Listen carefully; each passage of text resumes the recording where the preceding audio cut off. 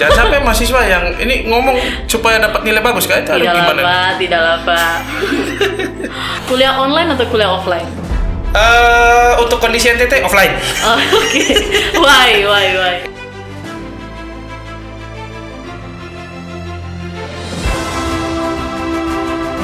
Hello, welcome to Gesit. Get a seat and have a talk with me, Dean. Perkenalkan, nama saya Dean. Saya salah seorang mahasiswi di program studi Fisika Fakultas Sains dan Teknik Universitas Nusa Cendana. Dan kedepannya saya akan selalu menemani kalian di Gesit Podcast. Hari ini sangat spesial sekali karena untuk pertama kalinya Gesit Podcast hadir di per-YouTubean Indonesia. So, karena sangat spesial, saya juga tidak sendirian di sini. Saya juga mengundang salah seorang yang tidak kalah spesial karena beliau merupakan salah satu pionir dari terbentuknya Gesit Podcast ini. Daripada kalian penasaran, langsung saja please welcome Bapak Andreas Lau. Halo. Halo Pak, selamat sore. Selamat sore. Terima kasih ya Pak ya sudah datang di Gesit Podcast. Ya, sama-sama. Bagaimana nih kabarnya Pak? Baik, sehat dan harus tetap semangat ya, Iya. tentunya. Walaupun corona sekarang masih berlangsung di Indonesia, kemarin juga di wilayah kita ada badai seroja, tetap semangat ya Pak? Iya, harus dong. Ya, memang waktu badai itu kegiatan perkuliahan di kampus agak sedikit terganggu. Oke. Namun ini sudah mulai kembali normal lagi. Oke, jadi harus lanjut ya semangatnya. Iya dong, harus tetap. Oke. Jadi Pak, karena Bapak sudah di Gesit Podcast, mungkin bisa Bapak perkenalkan diri dulu. Sebenarnya Bapak Andreas Lau ini siapa? Sekarang itu bekerja di mana dan kesibukannya apa saja? Oke, baik. Nama saya Andreas Christian Lau. Saya ini seorang dosen di Universitas Nusa Cendana, tepatnya di program studi Fisika Fakultas Sains dan Teknik. Nah, sementara diberikan tanggung jawab sebagai ketua program studi Fisika ya. Oke, jadi Sobat Gesit, kita pada hari ini kehadiran Kaprodi Fisika Fakultas Sains dan Teknik.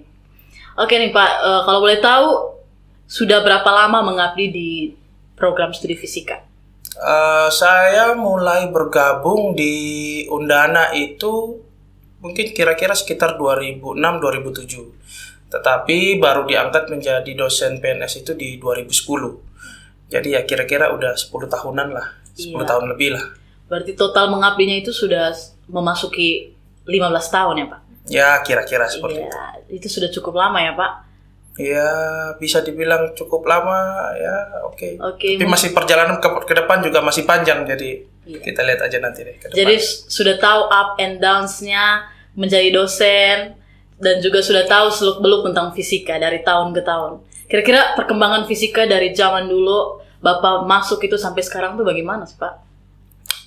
Oke. Waktu dulu fisika kayak ya waktu awal-awal ya saya masuk ya. Kondisinya mungkin sedikit lebih sepi karena mahasiswa belum terlalu banyak, tapi karena kita dari tahun ke tahun itu sampai ke sekarang ini mahasiswa kita juga bertambah, seiring dengan bertambahnya mahasiswa ya kita juga semakin menjadi lebih besar seperti itu.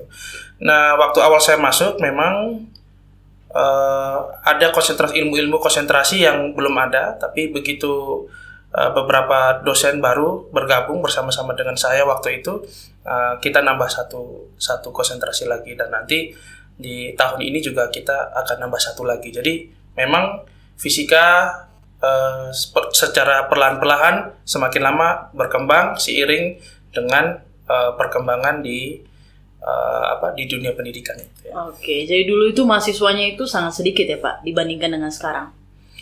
Iya, kalau dibanding dengan sekarang, dulu sedikit, ya lebih sedikit lah daripada sekarang. Tapi sekarang lebih banyak gitu. Oke, kalau dengar-dengar dulu itu katanya fisika itu lebih cenderung lebih banyak disukai oleh kaum pria. Dan juga dulu itu lebih banyak mahasiswanya itu jenis kelaminnya laki-laki. Benar nggak sih Pak? Kalau mau dibilang begitu ya rata-rata iya, boleh dibilang iya. Cuman artinya begini. Nah, ini ada sedikit perubahan, pergeseran sebetulnya ya. Iya. Kalau dulu memang mayoritas mahasiswa itu anak laki-laki begitu ya. Tapi semakin kesini itu lebih banyak dominan yang perempuan justru. Nah, ini ada fenomena sedikit. Jadi karena di situ saya melihat bahwa ilmu fisika ini memang tidak bisa dikaitkan dengan gender sebetulnya. Siapapun sih, mau laki-laki perempuan ya boleh saja kalau mau belajar fisika. Terbukti sekarang itu perempuan laki-laki semuanya bisa masuk fisika ya Pak, dan bisa bersaing satu sama lain. Iya, harusnya begitu. Justru malah sekarang yang mahasiswa yang putrinya justru malah lebih unggul dalam hal prestasi sih sebetulnya. Oke. Jadi sobat gesit di luar sana itu masih sangat bingung ya Pak, kok bisa sih di Universitas Nusa Cendana itu program fisikanya itu ada 2, satunya ada di FKIP, satunya ada di FST. Jadi mungkin Bapak bisa jelaskan kira-kira perbedaan dari kedua program studi ini seperti apa? Oke. Jadi gini, kalau mau dibilang, jadi bukan ada 2 ya. Memang jadi begini, di Undana itu ada Fakultas Sains dan Teknik dan juga ada Fakultas Keguruan dan Ilmu Pendidikan atau FKIP. Jadi ranahnya agak sedikit berbeda walaupun sama-sama belajar fisika seperti itu ya. Nah, kalau yang di Fakultas Keguruan dan Ilmu Pendidikan itu mungkin anak-anak nanti mahasiswa lebih diarahkan untuk menjadi tenaga pendidik, baik itu di sekolah-sekolah ataupun nanti bahkan ke perguruan tinggi seperti itu. Namun kalau yang di fisika, di prodi fisika FST di tempat saya mengajar itu anak-anak lebih didorong untuk menjadi peneliti-peneliti atau menjadi saintis seperti itu. Ya walaupun tidak menutup kemungkinan besok mereka juga bisa menjadi tenaga pendidik juga, mungkin dengan mengambil pendidikan tambahan sebagai tenaga pendidik seperti itu. Jadi intinya itu basic apa yang dipelajari itu tentang fisikanya itu sama, tapi dia punya mungkin bidang pekerjaannya nanti itu yang berbeda. Ya, kira-kira seperti itu. Oke.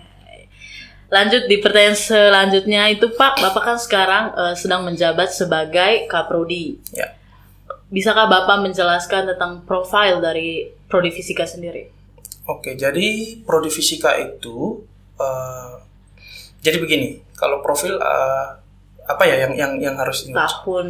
Oke, mungkin ya awalnya fisika itu berdiri di tahun 2000. Itu berdasarkan SK Rektor di pertengahan tahun 2000 Agustus. Jadi terus 1 tahun kemudian baru ditetapkan oleh Kementerian Pendidikan dan Kebudayaan untuk menjadi prodi di bawah Perguruan Tinggi Universitas Nusa Cendana. Nah, sepanjang itu kami di tahun 2015 itu berhasil mendapatkan akreditasi B. Oke. Seperti itu ya. Terus baru-baru tahun 2020 kemarin status akreditasi B kami itu sudah diperpanjang lagi sampai 2025. Seperti itu. Wow. Keren. Nah, di fisika juga seperti yang tadi sudah sempat saya singgung itu ada beberapa konsentrasi ilmu kajian gitu. Nah, yang sekarang ada 3 yaitu geofisika, material dan fisika instrumentasi. Nah, nanti semoga saja di tahun ini di semester ganjil nanti dimulai bulan Agustus September ini kita akan menambah satu konsentrasi kajian baru yaitu astronomi. Seperti itu. Wow. Cool. Lalu dari tadi itu ada 3 konsentrasi ya Pak kalau tidak salah, yaitu ada geofisika, instrumentasi dan juga material.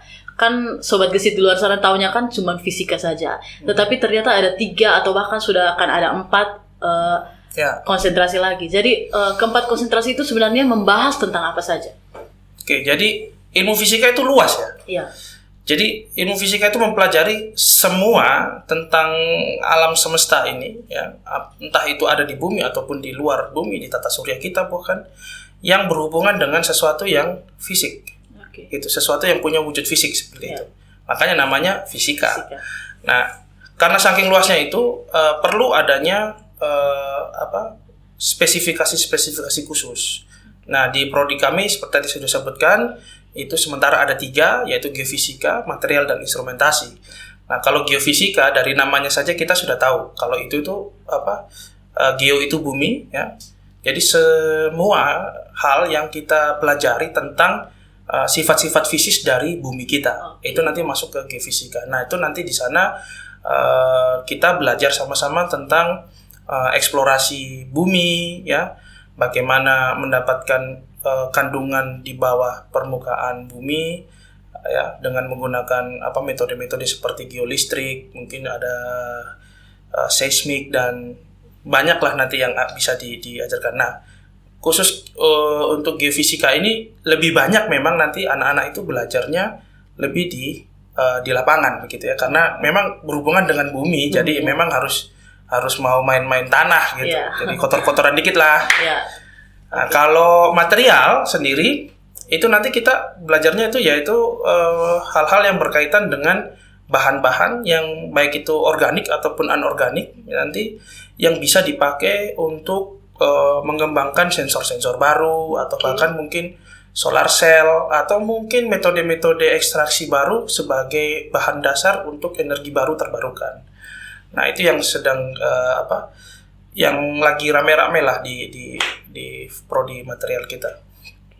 Nah, kalau yang berikutnya yang terakhir itu instrumentasi. Kebetulan saya ada di situ di instrumentasi. Ini yang agak sedikit unik ya. Jadi memang di instrumentasi itu khusus belajar tentang bagaimana mengukur suatu besaran-besaran fisis. Nah, dari situ turunannya nanti itu kita belajar tentang sensor, pemanfaatannya terutama, penggunaannya dan bagaimana cara mendapatkan data-data dari sensor, terus kita mengolah dan kita bisa mengambil keputusan apakah yang akan kita lakukan dengan pengetahuan data-data dari sensor-sensor tersebut. Tidak terlepas juga nanti di dalamnya ada modeling, ya, pemodelan dan simulasi yang nantinya pasti akan berkaitan dengan pemrograman komputer juga. Jadi di sana nanti kita ada mata kuliah fisika komputasi. Awalnya mungkin semua mahasiswa mungkin wajib ambil mata kuliah pemrograman komputer dulu, ya. Terus nanti ada metode numerik, itu wajib semua mahasiswa. Terus nanti yang konsentrasi instrumentasi itu nanti ada fisika komputasi dan ya nanti banyak hal-hal yang lainnya lah. Seperti itu. Oke, fisika itu berarti sangat kompleks sekali ya Pak. Selain kita berbicara tentang fenomena alam, kita juga bisa belajar tentang teknologi-teknologi karena kan ada pengkodingan di dalamnya. Iya, ya sedikit-sedikit mengarah ke sana. Begitu. Lalu untuk jumlah tenaga pendidik sendiri di prodi fisika itu sekarang ada berapa Pak? Sekarang kita sudah punya 16 tenaga dosen tetap, 1 dosen kontrak dan juga 2 tenaga kependidikan. Jadi total semua kita personel ada 19. Wow. Nah, dari dosen tetap yang ada, kita punya 1 profesor. Seperti itu. Oke. Lalu apakah ada di antaranya itu yang menjadi alumni dari fisika?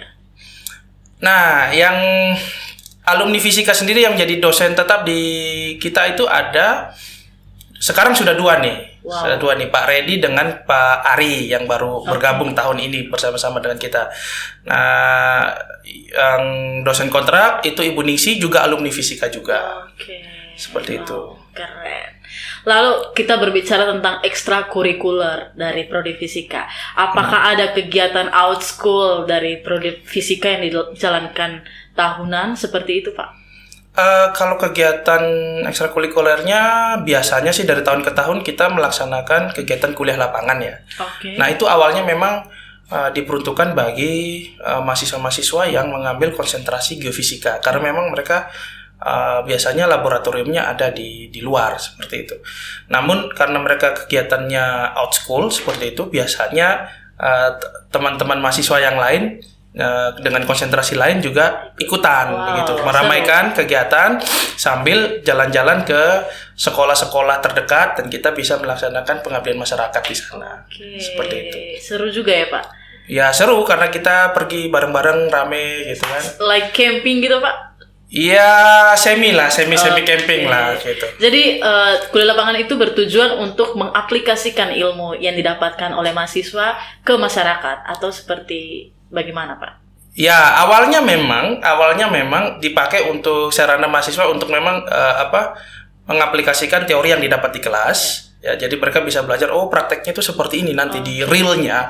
Jadi mereka nanti turun ke, misalkan kalau anak-anak geofisika turun ke dunia kerja sebagai surveyor geofisika atau surveyor geolistrik, mereka tahu harus ngapain gitu, belajar di situ. Cuman karena perkembangan dari tahun ke tahun dan teman-teman dari konsentrasi lain juga ikut bersama-sama, akhirnya kita gandeng kegiatan tersebut dengan melaksanakan kegiatan pengabdian ke masyarakat tadi seperti itu. Jadi supaya satu kali jalan. Jadi selain refreshing juga ya tetap ada belajar. Ya belajar juga kita juga melaksanakan pengabdian juga mengabdi kepada masyarakat. Oke, mungkin selama Bapak berada di Prodi Fisika sendiri itu paling jauh biasanya kuliah lapangannya kemana, Pak?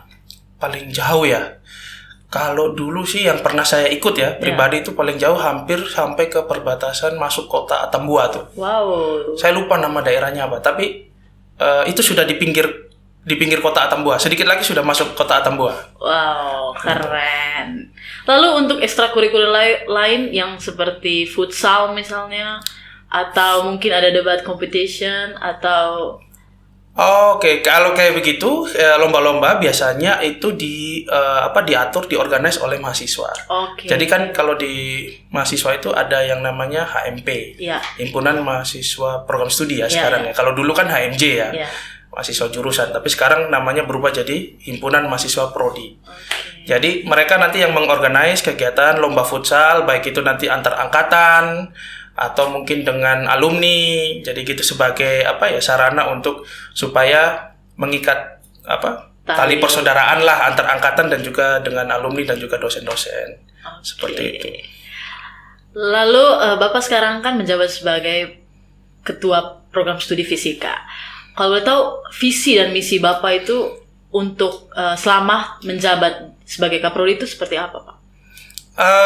Oke, jadi sebetulnya kalau mau ditanya visi misi saya sebagai ketua program studi, memang jadi begini, di fisika sendiri seperti yang kita ketahui ya, saya itu mulai diangkat di bulan Maret 2020. Itu awal-awalnya tuh pecah pandemi COVID gitu ya.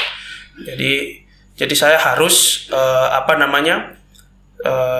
mencari solusi gitu ya, cara supaya kegiatan belajar mengajar itu tetap berjalan lancar seperti itu. Ya, kita harus cari solusi bersama-sama supaya mahasiswa juga tetap bisa terlayani. Nah, dari situ baru muncul gitu ya, artinya bahwa memang kita itu harus berani untuk merubah paradigma. Nah, visi saya ke depan adalah mencoba bersama-sama dengan teman-teman dosen dan juga tenaga kependidikan supaya kita bisa merubah paradigma yang tadinya kita yang tadinya kita bergantung sekali dengan tatap muka offline.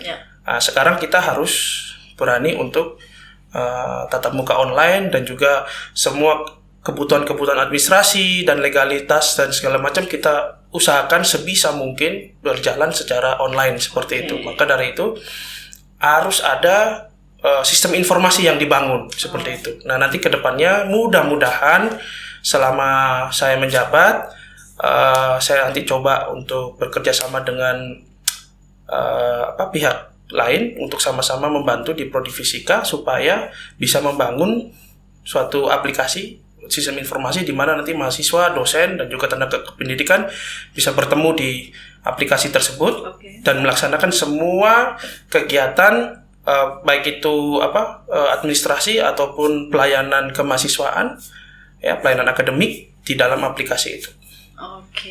Seperti itu. Lalu selama Bapak mengajar via online ya, apakah ada kendala-kendala dari mahasiswa atau dari Bapak sendiri dan bagaimana Bapak mengatasi kendala tersebut? Kalau kendala dalam pembelajaran daring itu pasti banyak ya, pasti banyak karena kita baru kan, baru mulai gitu loh. Jadi semua pasti di awal itu pada kaget. Cuman jangan khawatir, Undana itu sudah menyiapkan platform e-learning gitu ya. Jadi mahasiswa dan dosen ada di dalam satu aplikasi e-learning. Nanti bisa dikunjungi elearning.undana.ac.id. Semua mahasiswa dan semua dosen itu mendapatkan akun di sana.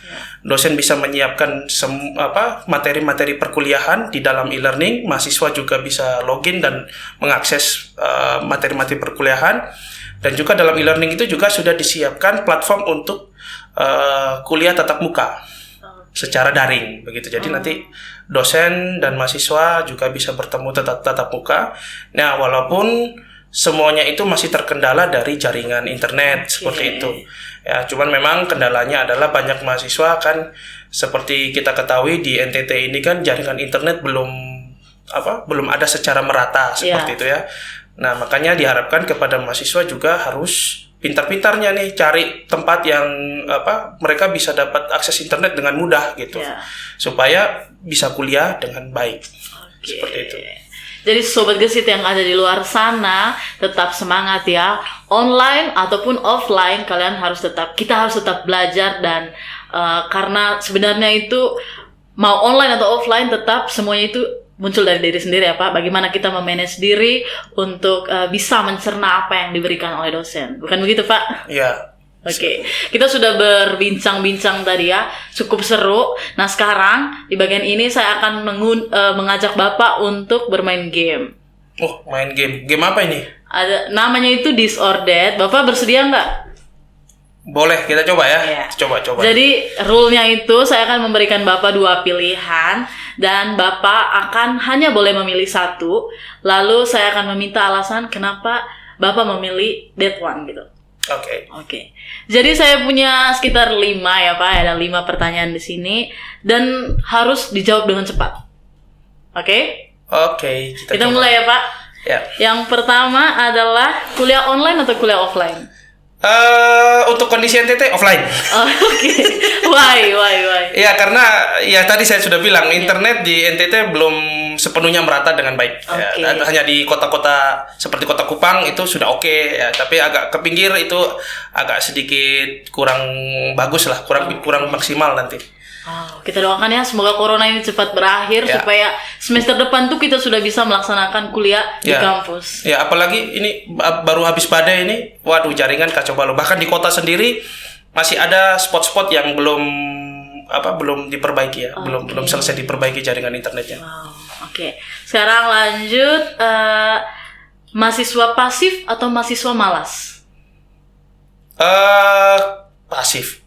Kalau pasif itu kan dia cuma datang, duduk, dengar, diam. Terus kalau malas itu dia betul-betul tidak datang. Jadi kalau saya sih lebih pilih pasif sih. Walaupun dia datang, duduk, cuman diam, minimal telinganya tuh denger gitu.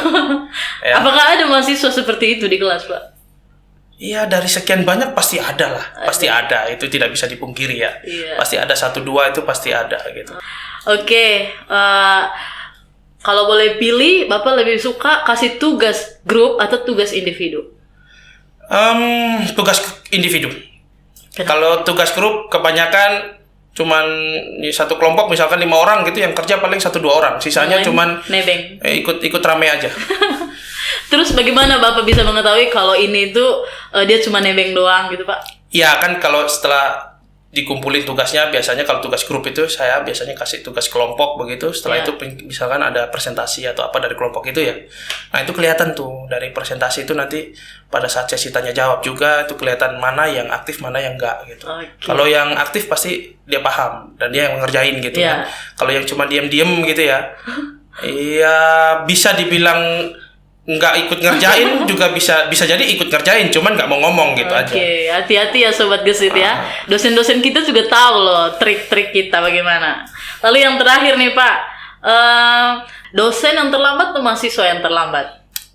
Kalau suruh milih salah satu ya dosen aja deh yang terlambat. Padahal kenapa? Kan di kalangan mahasiswa sendiri tuh ada banyak sekali yang komplain loh Pak, soalnya ini kalau misalnya kita yang terlambat, kita dihukum, diberi tugas, bla bla bla bla. Kalau dosen yang terlambat itu is okay. Jadi gini, maksudnya, jadi idealnya memang nggak harus dua-duanya on time, seperti itu ya. Cuman terkadang tidak bisa dipungkiri bahwa dosen ini kan tugasnya tidak hanya mengajar sebetulnya. Ada hal-hal lain yang harus dilakukan. Pada dasarnya intinya sih ada 3 tugas pokok seorang dosen gitu ya. Yang pertama itu adalah mengajar, yang kedua adalah meneliti, yang ketiga adalah mengabdi. Nah, itu harus dilakukan ya setiap tahunnya gitu ya, bahkan setiap semester gitu kita harus melakukan 3-3-nya itu, minimal harus memenuhi satu standar tertentu. Nah, terkadang di luar itu juga ada beberapa dosen yang memang ditugaskan untuk mengurus hal-hal lain di luar 3 tugas pokok tadi gitu. Nah, terkadang ada jadwal yang memang harus bertabrakan dan segala macam.